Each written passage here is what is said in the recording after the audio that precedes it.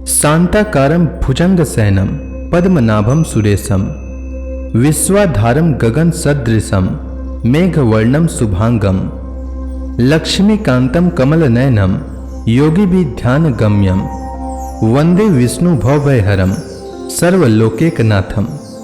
मंगलम भगवान विष्णु, मंगलम गरुड़ध्वज, मंगलम पुंडरीकाक्ष, मंगलाय तनोहरि। ओम नमो भगवते वासुदेवाय।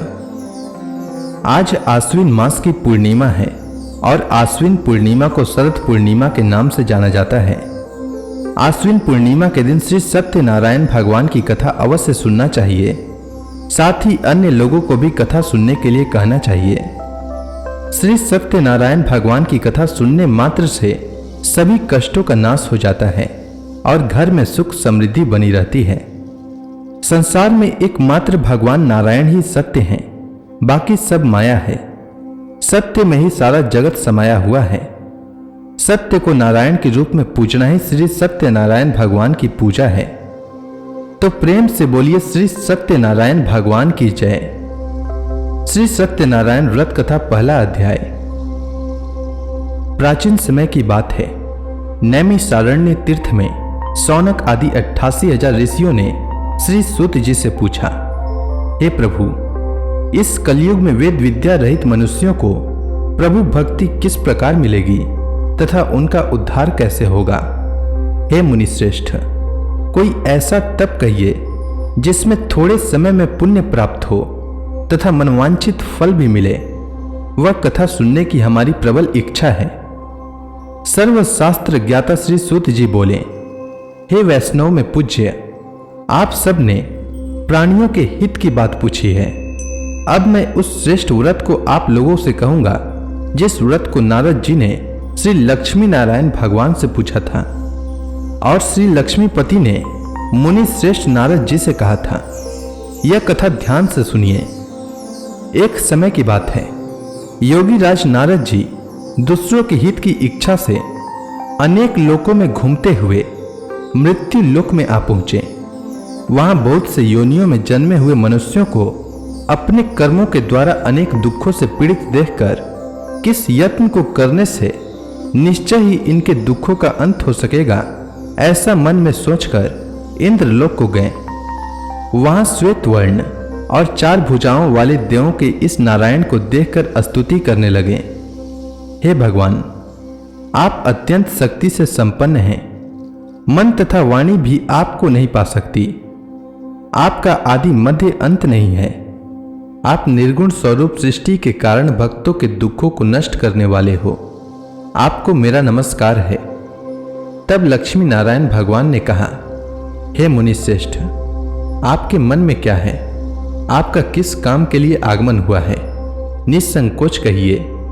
तब नारद मुनि बोले, मृत्यु लोक में सब मनुष्य जो अनेक योनियों में पैदा हुए हैं, अपने अपने कर्मों के द्वारा अनेक दुखों से दुखी हो रहे हैं। हे नाथ, मुझ पर दया रखते हैं तो बताइए कि उन मनुष्यों के सब दुख थोड़े से प्रयत्न से कैसे दूर हो सकते हैं। श्री भगवान जी बोले, हे नारद, मनुष्यों की भलाई के लिए तुमने बहुत ही अच्छी बात पूछी है। जिस काम के करने से मनुष्य मोह से हट जाता है वह मैं कहता हूं, सुनो। बहुत पुण्य देने वाला, स्वर्ग तथा मृत्यु लोक दोनों में दुर्लभ यह उत्तम व्रत अच्छी तरह विधान पूर्वक संपन्न करके मनुष्य मोह से छूट जाता है। आज मैं यह उत्तम व्रत प्रेमवश होकर तुमसे कहता हूं। श्री सत्यनारायण भगवान का यह कथा अच्छी तरह विधान पूर्वक संपन्न करके मनुष्य तुरंत ही यहां सुख भोग कर मरने पर मोक्ष को प्राप्त होता है। श्री भगवान के वचन सुनकर नारद मुनि बोले कि उस व्रत का फल क्या है, क्या विधान है, किसने यह व्रत किया है और किस दिन यह व्रत करना चाहिए। हे भगवान, मुझसे विस्तार पूर्वक कहिए। तब भगवान बोले, दुख शोक आदि को दूर करने वाला यह व्रत सब स्थानों पर विजयी करने वाला है। भक्ति और श्रद्धा के साथ किसी भी दिन मनुष्य श्री सत्यनारायण की शाम के समय ब्राह्मणों और बंधुओं के साथ धर्मपरायण होकर पूजा करे। भक्ति भाव से नैवेद्य, केले का फल, घी, दूध और गेहूं का चूर्ण सवाया लेवे। गेहूं के अभाव में साठी का चूर्ण, शक्कर अथवा गुड़ लें तथा भक्ति भाव से भगवान का स्मरण करता हुआ समय व्यतीत करे। इस तरह इसे करने पर मनुष्यों की इच्छा निश्चय पूरी होती है। विशेषकर कली काल में मृत्यु लोक पर यही मोक्ष का सरल उपाय है। प्रथम अध्याय संपूर्ण। श्री सत्यनारायण व्रत कथा दूसरा अध्याय। सूत जी बोले, हे ऋषियों, जिसने पहले समय में इस व्रत को किया है उसका इतिहास कहता हूं, ध्यान से सुनो। सुंदर काशीपुरी नगरी में एक अत्यंत निर्धन ब्राह्मण रहता था। वह भूख और प्यास से बेचैन हुआ पृथ्वी पर घूमता था। ब्राह्मणों से प्रेम करने वाले श्री भगवान ने ब्राह्मण को दुखी देखकर बुढ़े ब्राह्मण का रूप धारण कर उसके पास जाकर आदर के साथ पूछा, हे विप्र, तुम नित्य ही दुखी होकर पृथ्वी पर क्यों घूमते हो? हे श्रेष्ठ ब्राह्मण, यह सब मुझसे कहो, मैं सुनना चाहता हूं। ब्राह्मण बोला, मैं निर्धन ब्राह्मण हूं, भिक्षा के लिए पृथ्वी पर फिरता हूं। हे भगवान, यदि आप इससे छुटकारा का उपाय जानते हो तो कृपा कर कहो।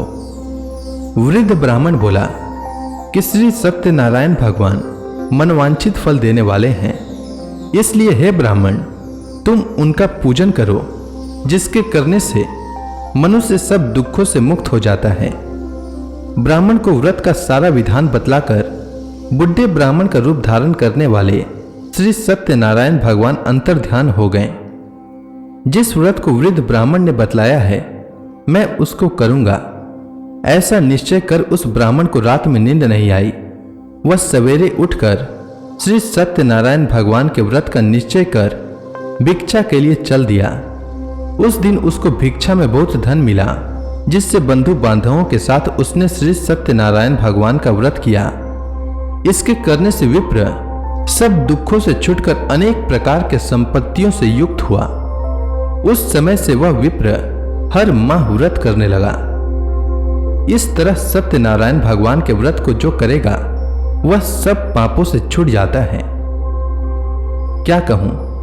ऋषि बोले, हे मुनीश्वर, संसार में इस विप्र से सुनकर किस किस ने इस व्रत को किया हम सब सुनना चाहते हैं। इसके लिए हमारे मन में श्रद्धा है। सूत जी बोले, हे मुनियों, जिस जिसने इस व्रत को किया वह सब सुनो। एक समय एक वृद्ध ब्राह्मण धन और ऐश्वर्य के अनुसार बंधु बांधवों के साथ व्रत करने को तैयार हुआ। उसी समय एक लकड़ी बेचने वाला बुढ़ा आदमी आया और बाहर लकड़ियों को रखकर विप्र के मकान में गया। प्यास से दुखी होकर लकड़हारा उनको व्रत करते देखकर विप्र को नमस्कार कर कहने लगा कि आप यह किसका पूजन कर रहे हैं और इस व्रत को करने से क्या फल मिलता है, कृपा करके मुझसे कहिए। ब्राह्मण ने कहा, सब मनोकामनाओं को पूर्ण करने वाले यह श्री सत्यनारायण भगवान का व्रत है।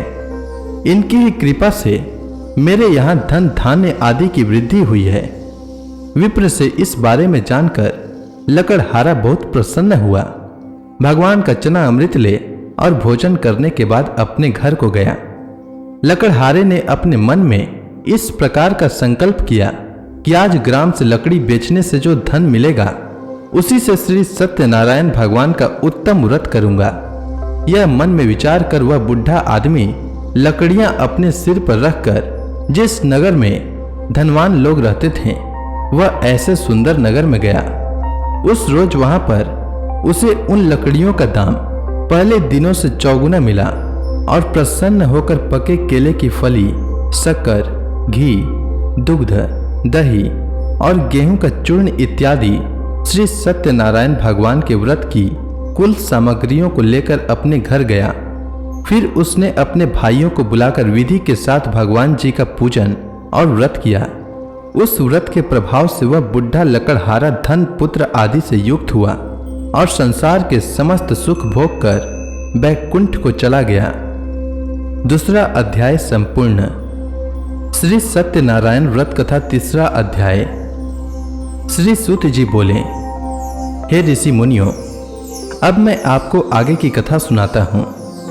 प्राचीन समय में कनकपुर में उल्का मुख नामक एक बुद्धिमान तथा सत्यवादी राजा राज्य करता था।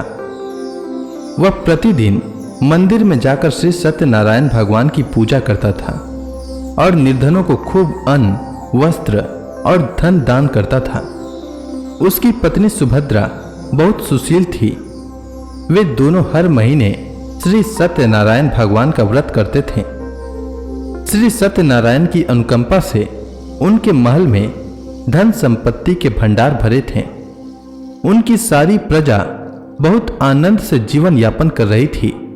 एक बार राजा और रानी बहुत से लोगों के साथ जब भद्रशिला नदी के किनारे श्री सत्यनारायण भगवान की पूजा कर रहे थे तो नदी के किनारे एक बड़ी नौका आकर ठहरी।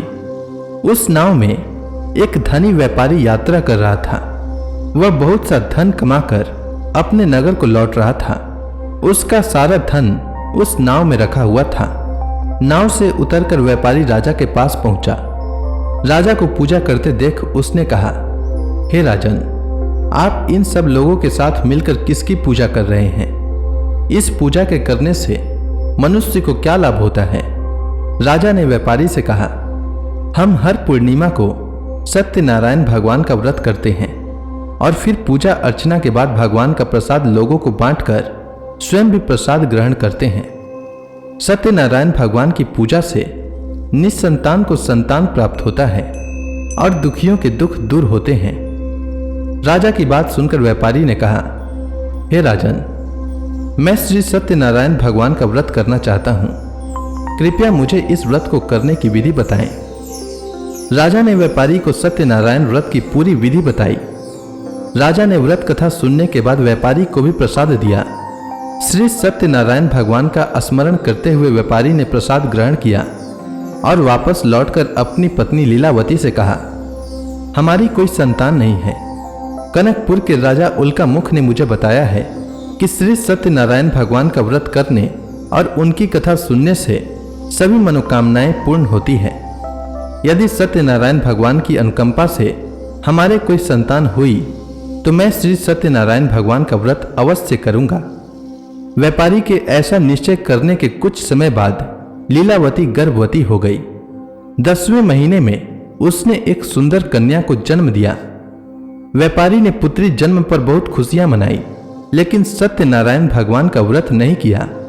जब उसकी पत्नी लीलावती ने अपने पति से श्री सत्यनारायण भगवान का व्रत करने के लिए कहा तो वह बोला, अभी क्या जल्दी है, मैं इधर व्यापार में बहुत व्यस्त हूं, मुझे अभी फुर्सत नहीं है। जब अपनी बेटी बड़ी हो जाएगी और इसका विवाह करूंगा तो मैं अवश्य श्री सत्यनारायण भगवान का व्रत करूंगा। अपने पति के वचन सुनकर लीलावती चुप रह गई। व्यापारी की कन्या कलावती शुक्ल पक्ष की चंद्रमा की तरह तेजी से बड़ी होने लगी। पलक झपकते ही 16 वर्ष बीत गए। एक दिन व्यापार में बहुत सा धन कमाकर घर लौटे व्यापारी ने अपनी बेटी को सहेलियों के साथ उपवन में देखा तो उसे उसके विवाह की चिंता होने लगी। व्यापारी ने कलावती के लिए सुयोग्य वर ढूंढने के लिए अपने सेवकों को दूर दूर के नगरों में भेजा। व्यापारी के सेवक कंचनपुर नगर में पहुंचे। उस नगर में उन्होंने एक वणिक पुत्र को देखा। वणिक का बेटा अत्यंत सुंदर और गुणवान था। सेवकों ने वापस लौटकर व्यापारी को उस वणिक के बेटे के बारे में बताया। व्यापारी उस सुंदर लड़के को देखकर बहुत प्रसन्न हुआ और कलावती का विवाह बहुत धूमधाम से उसके साथ कर दिया। दहेज में उस वणिक पुत्र को बहुत सा धन दिया। कलावती का विवाह भी हो गया, लेकिन व्यापारी ने श्री सत्यनारायण भगवान का व्रत नहीं किया। लीलावती ने अपने पति से कहा, हे नाथ, आपने कलावती के विवाह पर श्री सत्यनारायण भगवान का व्रत करने का निश्चय किया था, अब तो आपको व्रत कर ही लेना चाहिए। पत्नी की बात सुनकर व्यापारी ने कहा, अभी तो मैं अपने दामाद के साथ व्यापार पर जा रहा हूं। व्यापार से लौटने पर श्री सत्यनारायण भगवान का व्रत पूजा अवश्य करूंगा। यह कहकर व्यापारी ने कई नावों में सामान भरा और अपने दामाद तथा सेवकों के साथ व्यापार के लिए निकल पड़ा। उस व्यापारी द्वारा बार बार व्रत का निश्चय करने और फिर व्रत न करने से सत्यनारायण भगवान क्रोधित हो गए और व्यापारी को दंड देने का निश्चय किया। व्यापारी अपने दामाद के साथ रत्नसारपुर में पहुंचकर व्यापार करने लगा। एक दिन कुछ चोर महल से चोरी करके भाग रहे थे। सैनिक उनका पीछा कर रहे थे। भागते हुए चोरों ने सैनिकों से बचने के लिए चोरी का धन अवसर पाकर व्यापारी की नाव में छुपा दिया। खाली हाथ चोर आराम से भाग गए। चोरों का पीछा करते हुए सैनिक व्यापारी के पास पहुंचे। उन्होंने व्यापारी की नाव की तलाशी ली तो उन्हें राजा का चोरी किया गया धन मिल गया। तब सैनिक व्यापारी और उसके दामाद को बंदी बनाकर राजा के पास ले गए। राजा ने उन दोनों को बंदी गृह में डाल दिया और उनका सारा धन ले लिया। श्री सत्यनारायण भगवान के प्रकोप से उधर लीलावती पर भी मुसीबतों का पहाड़ टूट पड़ा। उसके घर में चोरी हो गई और चोर सारा धन चुरा कर ले गए। घर में खाने के लिए अन्न भी नहीं बचा था। भूख प्यास से व्याकुल होकर व्यापारी की बेटी कलावती एक ब्राह्मण के घर गई। उस ब्राह्मण के घर में श्री सत्यनारायण भगवान की व्रत कथा हो रही थी। उसने भी वहां बैठकर व्रत कथा का श्रवण किया और प्रसाद लिया। घर लौटकर कलावती ने अपनी मां लीलावती को सारी बात बताई। कलावती से श्री सत्यनारायण भगवान की व्रत कथा की बात सुनकर लीलावती ने भी व्रत करने का निश्चय किया। अगले दिन लीलावती ने अपने परिवार और आसपास के लोगों के साथ श्री सत्यनारायण भगवान की पूजा की। पूजा के बाद सबको प्रसाद बांटकर स्वयं भी प्रसाद ग्रहण किया। लीलावती ने अपने पति और दामाद के घर लौट आने की मनोकामना से श्री सत्यनारायण भगवान का व्रत किया था। लीलावती के विधि पूर्वक व्रत करने और प्रसाद ग्रहण करने से श्री सत्यनारायण भगवान ने प्रसन्न होकर उसकी मनोकामना पूरी की।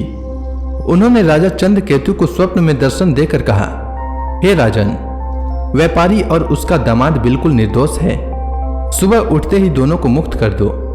उन दोनों का सारा धन भी वापस लौटा दो। यदि तुमने ऐसा नहीं किया तो मैं तुम्हारा सारा वैभव नष्ट कर दूंगा। इतना कहकर श्री सत्यनारायण भगवान अंतर ध्यान हो गए। प्रातः होते ही राजा चंद्रकेतु ने अपने मंत्रियों और राज ज्योतिषियों को रात के स्वप्न की बात बताई तो सबने व्यापारी और उसके दामाद को छोड़ देने के लिए कहा। राजा चंद्रकेतु ने तुरंत उस व्यापारी और उसके दामाद को छोड़ दिया। उनका सारा धन भी वापस कर दिया। इस प्रकार श्री सत्यनारायण भगवान की अनुकंपा से व्यापारी और उसका दामाद दोनों खुशी खुशी अपने नगर की ओर चल दिए। तृतीय अध्याय समाप्त। श्री सत्यनारायण व्रत कथा चतुर्थ अध्याय।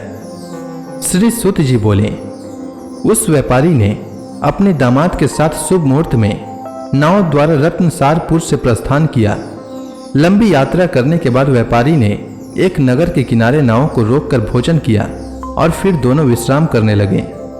तभी श्री सत्यनारायण भगवान साधु के रूप में व्यापारी के पास पहुंचे और पूछा, हे वणिक, तेरी नाव में क्या सामान लदा हुआ है? व्यापारी ने मन ही मन सोचा, दंडी साधु अवश्य ही कुछ मांगने की इच्छा से सामान के बारे में पूछ रहा है। यह सोचकर व्यापारी ने झूठ बोला, हे दंडी स्वामी, मेरी नाव में तो बेल और पत्ते भरे हुए हैं। व्यापारी के झूठे वचन सुनकर सत्यनारायण भगवान ने क्रोधित होते हुए कहा, हे वैश्य, जो तुमने कहा है वही सत्य होगा। इतना कहकर सत्यनारायण भगवान कुछ दूर जाकर अंतर ध्यान हो गए। उधर व्यापारी दंडी साधु को वहां से खाली हाथ लौटाकर बहुत प्रसन्न हुआ।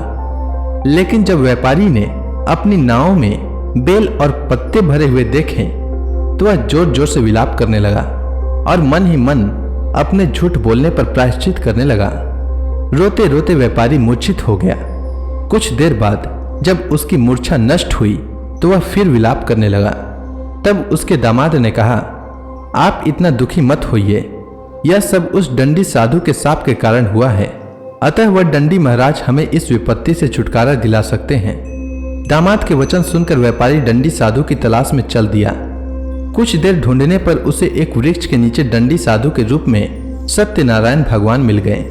व्यापारी ने दंडी साधु के चरणों पर गिरकर झूठ बोलने की क्षमा मांगी। दंडी स्वरूप सत्यनारायण भगवान बोले, हे वणिक पुत्र, तेरे बार बार झूठ बोलने के कारण ही मैंने तुझे इतना दंड दिया है। तूने बार बार सत्यनारायण भगवान अर्थात मेरी पूजा करने के लिए कहा, लेकिन कभी पूजा की नहीं। व्यापारी ने तब हाथ जोड़कर कहा, हे भगवान, आप तो दिन दुखियों के कष्ट दूर करने वाले हैं, सबकी मनोकामनाएं पूरी करते हैं। मेरी इस गलती को भी क्षमा करिए। आपके रूप को तो ब्रह्मा जी भी नहीं जान पाते, फिर भला मैं अज्ञानी कैसे आपकी लीला को समझ पाता। अब मैं जीवन में कभी झूठ नहीं बोलूंगा, सदैव श्री सत्यनारायण भगवान का व्रत और पूजा किया करूंगा। आप मुझ पर अनुकंपा करें। व्यापारी की क्षमा याचना सुनकर दंडी साधु ने उसे क्षमा कर दिया। उसी समय व्यापारी की नाव में भरे हुए बेल और पत्ते धन धान्य में परिवर्तित हो गए। व्यापारी ने अपने सेवकों के साथ अगले दिन श्री सत्यनारायण भगवान का व्रत करके उनकी पूजा की। सबको प्रसाद वितरित करके स्वयं भी प्रसाद ग्रहण किया। उसके बाद व्यापारी ने अपने नगर की ओर प्रस्थान किया। अपने नगर में पहुंचकर व्यापारी ने एक सेवक को अपने घर भेजा। सेवक ने उसके घर पहुंचकर लीलावती को सूचित किया। उस समय लीलावती और कलावती दोनों श्री सत्यनारायण भगवान की पूजा कर रही थीं। पति और दामाद के लौट आने का समाचार सुनकर लीलावती ने पूजा पूरी करके प्रसाद ग्रहण करने के बाद कलावती से कहा, बेटी, मैं नदी के किनारे जा रही हूं, तू घर का काम पूरा करके आ जाना। यह कहकर लीलावती नदी की ओर चल पड़ी, परंतु कलावती पति से मिलने की खुशी में प्रसाद ग्रहण किए बिना ही घर से निकलकर नदी के किनारे जा पहुंची। उसके प्रसाद ग्रहण न करने के कारण सत्यनारायण भगवान क्रोधित हो गए। उन्होंने व्यापारी की नावों को नदी में डुबो दिया। अपने पति को वहां न देखकर कलावती ने जोर जोर से रोना शुरू कर दिया। तब व्यापारी ने कहा, पुत्री, अवश्य ही तुझसे कोई भूल हुई है। उस भूल के कारण ही श्री सत्यनारायण भगवान ने तुझे यह दंड दिया है। तब व्यापारी ने सत्यनारायण भगवान से प्रार्थना की, हे भगवान, मेरे परिवार की किसी स्त्री पुरुष से कोई भूल हुई हो तो उसे अवश्य क्षमा कर देना। तभी आकाशवाणी हुई, हे वणिक पुत्र, तेरी कन्या मेरा प्रसाद ग्रहण किए बिना ही चली आई है। यदि अब घर पहुंचकर तेरी कन्या प्रसाद ग्रहण करके वापस आए तो उसे पति के दर्शन होंगे और डूबी हुई नावें भी जल के ऊपर आ सकेंगी। कलावती ने वैसा ही किया। उसके प्रसाद ग्रहण करके वापस लौटने पर नावें जल के ऊपर आ गई। दामाद भी सुरक्षित नदी से निकल आया। घर लौटकर व्यापारी ने अपने परिवार और बंधु बांधवों के साथ मिलकर विधि अनुसार श्री सत्यनारायण भगवान की पूजा की, जिसके बाद उसकी सभी मनोकामनाएं पूरी हुई और वह आनंद पूर्वक जीवन यापन करता हुआ विष्णु लोक को चला गया। चतुर्थ अध्याय समाप्त। श्री सत्यनारायण व्रत कथा पंचम अध्याय। श्री सूत जी बोले, हे ऋषि मुनियों, मैं और भी कथा सुनाता हूं। कौशलपुर में एक राजा था तुंगध्वज। उसकी प्रजा उसकी छत्र छाया में आनंद पूर्वक रह रही थी। राजा तुंगध्वज अपनी प्रजा के सुख दुख का बड़ा ध्यान रखता था, लेकिन एक बार उसने भी सत्यनारायण भगवान का प्रसाद ग्रहण नहीं किया। तब सभी को चिंताओं से मुक्त करके धन संपत्ति से भंडार भरकर प्राणियों को जीवन के सभी सुख देने वाले श्री सत्यनारायण भगवान ने राजा को प्रसाद ग्रहण न करने का दंड दिया। एक दिन राजा तुंगध्वज जंगल में हिंसक पशुओं का शिकार करने निकला था। तेजी से घोड़ा दौड़कर शिकार का पीछा करते हुए वह अपने सैनिकों से अलग हो गया और देर तक हिंसक जानवरों का शिकार किया। अतः कुछ देर विश्राम करने की इच्छा से वह एक बड़े वृक्ष के नीचे जाकर बैठ गया। समीप ही कुछ चरवाहे श्री सत्यनारायण भगवान की पूजा कर रहे थे। राजा ने उनके पास से गुजरते हुए सत्यनारायण भगवान को नमस्कार नहीं किया। चरवाहों ने राजा को पूजा के बाद प्रसाद दिया तो राजा ने उन्हें छोटे लोग समझकर प्रसाद ग्रहण नहीं किया और घोड़े पर सवार हो अपने नगर की ओर चल दिया। राजा जब नगर में पहुंचा तो देखा कि उसका सारा वैभव तथा धन संपत्ति आदि सब कुछ नष्ट हो गया है। श्री सत्यनारायण भगवान के प्रकोप से राजा निर्धन हो गया। तब राज्य ज्योतिषी ने राजा से कहा, महाराज, आपसे अवश्य ही कोई भूल हुई है। अगर आप उस भूल का प्रायश्चित कर लें तो सब कुछ पहले जैसा हो जाएगा। राजा को तुरंत अपनी भूल का स्मरण हो आया। अतः मंदिर में जाकर राजा ने श्री सत्यनारायण भगवान से क्षमा मांगी और उनकी पूजा की। पूजा के बाद प्रसाद ग्रहण करने से श्री सत्यनारायण भगवान की अनुकंपा से चमत्कार हुआ। राजा का खोया वैभव पुनः लौट आया। श्री सत्यनारायण भगवान की अनुकंपा से जीवन के सभी सुखों का भोग करते हुए अंत में राजा तुंगध्वज वैकुंठ धाम को गया और मोक्ष को प्राप्त किया। श्री सत्यनारायण भगवान के व्रत पूजा को जो भी मनुष्य करता है उसके सभी दुख चिंताएं नष्ट हो जाती है। उसके घर में धन धान्य के भंडार भरे रहते हैं। निसंतानों को संतान की प्राप्ति होती है और सभी मनोकामनाओं को प्राप्त कर मनुष्य अंत में मोक्ष को प्राप्त कर सीधे वैकुंठ धाम को जाता है। श्री सूत जी ने कुछ पल रुक कर कहा, हे श्रेष्ठ मुनियों, श्री सत्यनारायण भगवान के व्रत को पूर्व जन्म में जिन लोगों ने किया उन्हें दूसरे जन्म में भी सभी तरह के सुख प्राप्त हुए। वृद्ध सतानंद ब्राह्मण ने पूर्व जन्म में सत्यनारायण का विधिवत व्रत किया तो दूसरे जन्म में सुदामा के रूप में भगवान की पूजा करते हुए अंत में मोक्ष को प्राप्त कर वैकुंठ धाम को चला गया। उल्का मुख राजा अगले जन्म में राजा दशरथ के रूप में मोक्ष को प्राप्त करके वैकुंठ को गए। व्यापारी ने मोर ध्वज के रूप में जन्म लिया और अपने पुत्र को आरे से चिरकर भगवान की अनुकंपा से वैकुंठ को प्राप्त किया। राजा तुंग ध्वज अगले जन्म में मनु के रूप में जन्म लेकर भगवान का पूजा पाठ करते हुए लोकप्रिय होकर सत्कर्म करते हुए मोक्ष को प्राप्त कर वैकुंठ धाम को चले गए। हे ऋषि मुनियों, श्री सत्यनारायण भगवान का व्रत और पूजा मनुष्य को सभी चिंताओं से मुक्त करके धन संपत्ति के भंडार भरकर अंत में जन्म जन्मांतर के चक्रव्यूह से मुक्ति दिलाकर मोक्ष प्रदान करता है। तो इसी के साथ श्री सत्यनारायण भगवान की व्रत कथा पूर्ण होती है। तो प्रेम से बोलिए श्री सत्यनारायण भगवान की जय। अब आप सभी भक्तगण हाथ जोड़कर श्री सत्यनारायण भगवान का ध्यान करें, आरती होने वाली है। जय लक्ष्मी रमणा स्वामी, जय लक्ष्मी रमणा, सत्यनारायण स्वामी, सत्यनारायण स्वामी, जनपातक हरणा, जय लक्ष्मी रमणा।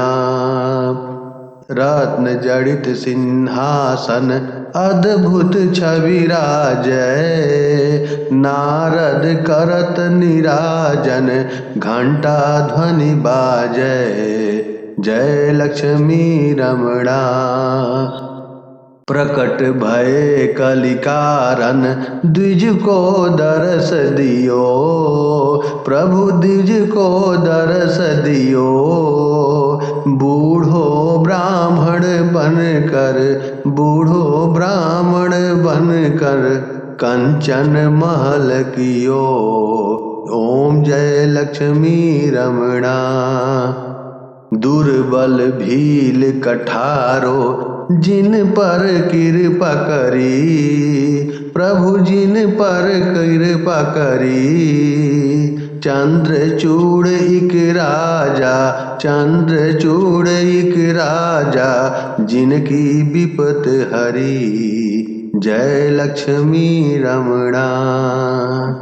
वैश्य मनोरथ पायो श्रद्धा तज दिन्ही, प्रभु श्रद्धा तज दिन्ही, सो फल भाग्यो प्रभु जी, सो फल भाग्यो प्रभु जी, फिर स्तुति किन्ही, जय लक्ष्मी रमणा।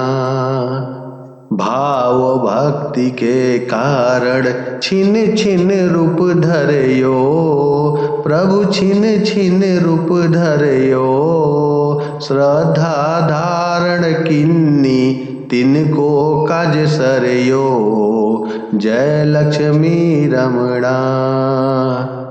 ग्वाल बाल संग राजा वन में भक्ति करी, प्रभु वन में भक्ति करी, मन वांछित फल दीना, मन वांछित फल दीना, दिन दयालु हरि, जय लक्ष्मी रमणा। चढ़त प्रसाद सवायो कदली फल मेवा, प्रभु कदली फल मेवा, धूप दीप तुलसी से राजी सत्य देवा, जय लक्ष्मी रमणा। सत्य नारायण जी की आरती जो कोई नर गावे, प्रभु आरती जो कोई नर गावे, रिद्धि सिद्धि सुख संपत्ति, रिद्धि सिद्धि सुख संपत्ति जी भर के पावे। जय लक्ष्मी रमणा। प्रेम से बोलिए सत्यनारायण भगवान की जय।